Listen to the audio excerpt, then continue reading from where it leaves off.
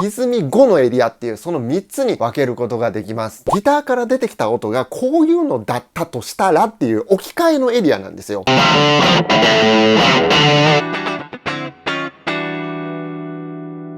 はい、どうも始まりました。今回はエフェクターの接続順についてやっていきたいなと思います。エフェクターの接続順、たまにわからなくなってインターネットとかで調べるんだけれども、なんかページによって書いてることちょっと違ったり、そもそもなんでその順なんだろうみたいな、なかなかわからないっていう方結構いらっしゃるんじゃないかなと思いまして、今回はもう完全版ということで、その接続順の理由含めわかりやすくご説明していきたいなと思います。エフェクターの接続順、この後説明しますけれども、それはあくまで基本的にはこうっていうもので、絶対こうでないといけないっていうルールはありません。なので皆さん基本的にはぜひ自由につないでいただいて、その音が好きなんであれば全然その接続順で OK だし、あんまりその縛り、これから説明することを死守するみたいな、そんな必要はないので、ただやっぱどうしても、そっちの接続順の方が綺麗な音するんだったらもう知っときたかった初めからみたいな、そういったことがないようにやっていきたいなと思います。じゃあ初めに早速その流れというかもう答えですね、回答を皆さんにお見せします。じゃん、こちらです。こんな感じになっておりまして、でこうやって見ると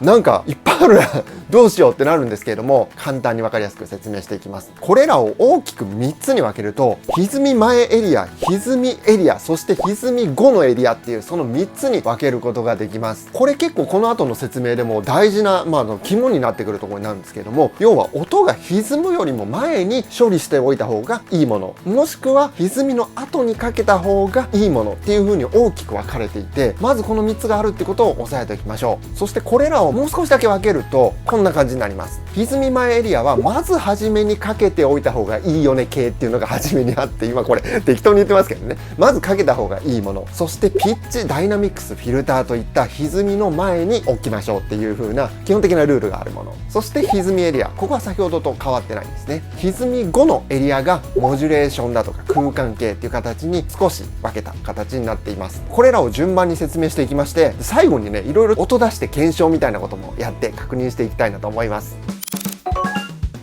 まず1つ目、楽器の直後に接続が必須のエフェクターです。これね、一応入れましたけども、今日完全版なんで、これを持ってる人ってかなり少ないと思います。ハイインピーダンス入力、要はギターとかベースの直後に入れないと音が変わっちゃうっていうエフェクターが中にはありまして、例えばゲルマニウムトランジスタっていうのを使ってるファズだとか、昔のワウペダルだとか、こういったものはギターの直後に置かないと本来の音っていうかかっこいい音がしないんですよね。これらについてはまず先頭に置きましょう。その次にですね、ボリュームペダルと書いてるんですけども、これはハイインピーダンスのボリュームペダルを置く場合ですね。この後にあるバッファーのところまで行ってしまうと、そこでインピーダンスが下がるので、自分が持ってるボリュームペダルはハイインピーダンスのモデルだっていう場合についてはこの位置に置きましょう。ちなみにこの位置に置くと、というかもうちょっと正確に言うと、歪みよりも前に置くと、このボリュームペダルを操作することによって歪み量が調整できます。これは楽器本体のボリュームを操作するのと同じ操作になるので、歪みへの入力信号がだんだん減ることによって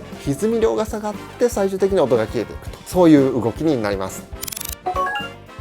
続いてバッファーですね。まずはボードの先頭にバッファーを置いて、この後ね、いろいろ連なってくるエフェクターたちによって音質劣化がなるべくしないようにバッファーを置きますけれども、この位置に置きます。これもね、結構ご質問いただくんですけども、この後のピッチ系だとかダイナミクス系とどっちバッファー先に置くんですかみたいな質問いただくこともあるんですけれども、先に置いちゃった方がいいかなというところですね。でチューナー、その後ありますけれども、音の加工がされる前にチューナーを置いておくというような、直列でねつなぐ場合はそういう順番になります。さあ来ました、次のエリアですね。ここのピッチ系、そしてダイナミクス系、フィルター系についてはこの箱の中が順番入れ替えても大丈夫です。先にダイナミクス系かけたいっていう方はかけてしまっても大丈夫です。考え方として大事なのは、歪みの前にあるここのエリアってそもそもギターから出てきた音がこういうのだったとしたらっていう置き換えのエリアなんですよ。これ何言ってるかっていうと、例えばオクターバーってオクターブ下の音が出ますよね。ギターとかベースからもともとそういう音が出てたかのようにして、その後の歪みにパスしてあげるっていう感じなんですね。でダイナミクス系って言ってるのはコンプレッサーとかですね、音量を調節する系のところについても元の音がそれくらいの音量差だったらっていう風に置き換えて、その後歪みにパスしてあげるというような考え方ですね。でフィルター系 EQ ですね、なんたらフィルターみたいなエフェクターがあったり、あとオートワウとかね、そういうのもフィルター系になってきますけれども、この辺の位置に入れます。イコライザー、こちらについてはこの後にもね EQ ってあるじゃないですか。EQ の入れる場所が2個あるっていう風に思うかと思うんですけども、これ場所によって効果が違いまして、歪みの前に置いた EQ についてはさっき言った通り、楽器の音がそもそもそういう音だったらどうですかっていうような形で歪みにパスするので、例えばストラト、シングルコイルなんだけどもローとかミッドを結構上げてちょっとハムっぽくして、そもそもそういう音なんですけどもどうでしょうかっていう形で後続の歪みに渡してあげると、そういうような考え方で使うイコライザーになってます。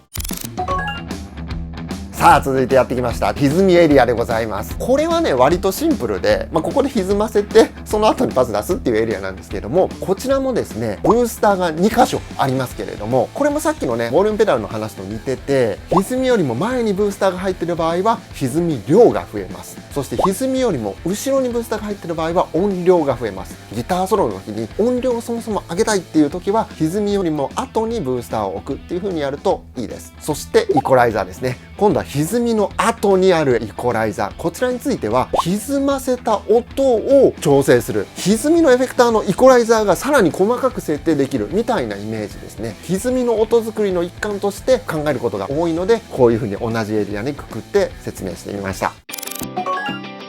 はい、続きまして最後のエリアですね。歪み5のエリアになってますけれども、まずはモジュレーション系ですかね。コーラス、フランジャー、フェイザー、トレモロ、いろいろありますけれども、その4つの順番はとかなると思うんですけども、ここもねもう自由でいいです。自由でっていうのは自分でねどっちの方が自分的には好きかな、そもそもねフェーザーとフランジャー同時にかけたりなんてしないと思いますけども、例えばコーラスとトレモロ同時に踏むんだったらどっち前の方が自分的にはサウンド好きかなっていう風に実際聞いてみて並び順を決めるのがいいかなと思います。モジュレーションが歪みの後にある理由なんですけども、これも、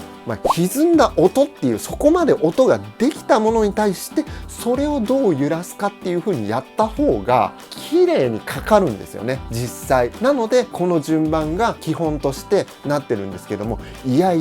歪みの前にコーラスかけたあのエグさがいいんだよって方はここもね全然入れ替えて大丈夫なので、ちょっとねこれね最後やってみたいなと思ってるんで。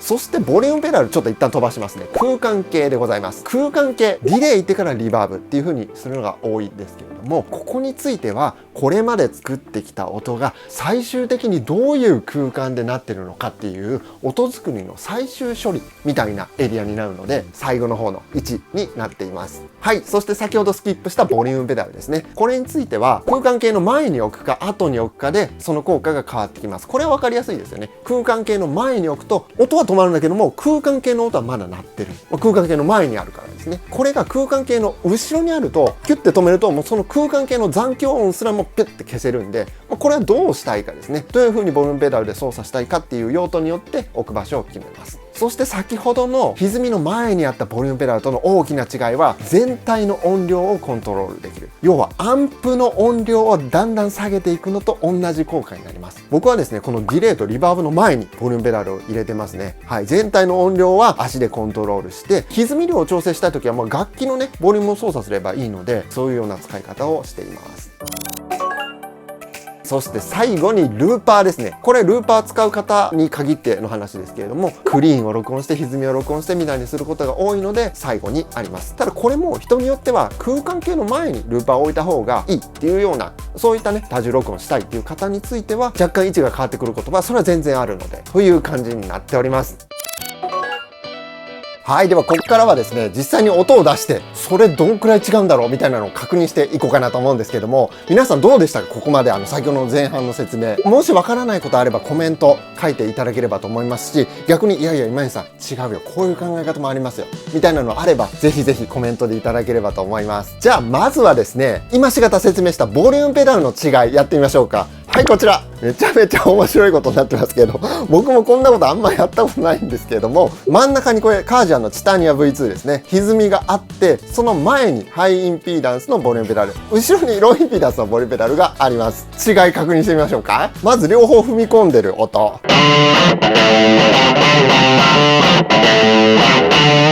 こんなんだったとしますよね。ハイインピーダンスをちょっと下げると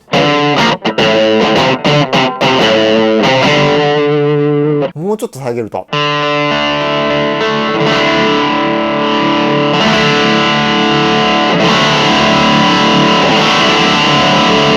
これ便利ですよね。そしてこっちのローインピーダンス、これはですね、もうそのまま音量が下がります。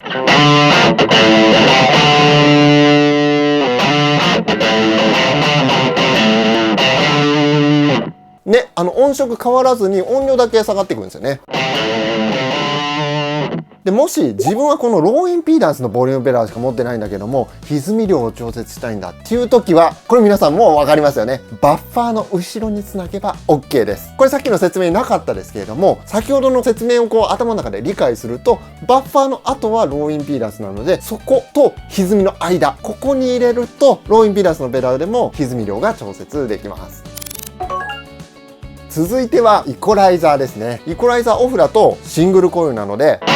歯切れのある音がしてますけれども、こういう風にローミッドとかを少し上げた音にすると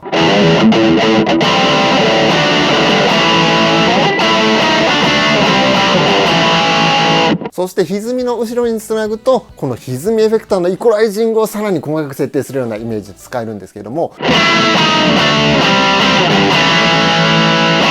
迫力出ましたよね。あと歪みの後ろにいるので、ここで音量を上げるとオンにした時に音量が上がるっていうのもそもそもありますね。はい、こんな感じで音量も上がります。じゃあ最後にですね、あえてわけわからん順でつないで、それでもかっこいい音ができるのかっていう検証をやって終わりたいなと思います。大丈夫なんですとか言ってるけど、大丈夫かなこれ。ディレイですよね。これにコーラスをかけてみよう。大丈夫でしょ？別に順番逆でも大丈夫なんですよ。でここでイコライザーを間に挟んで全然大丈夫。まあここまでは大丈夫ですよね。こいつをオンにするよ。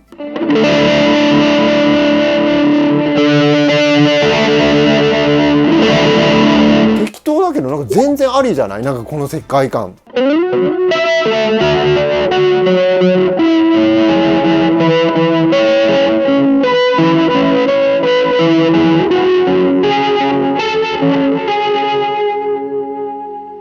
皆さんのお好みに合った好きな並び順で並べてもらって OK なので、そういったこともね、やっぱこのコンパクトエフェクターの楽しみ方の一つですので。とはいえ今日この動画でお伝えした接続順、これが頭に入ってるといろいろね考えやすくなると思うので、ぜひ参考にしていただければと思います。今回の動画良かった、役に立ったっていう方はぜひ高評価、そしてチャンネル登録していただけると嬉しいです。他にもこんな感じでいろんな動画やってますので、いろいろ見ていってください。それではまたの動画でお会いしましょう。ありがとうございました。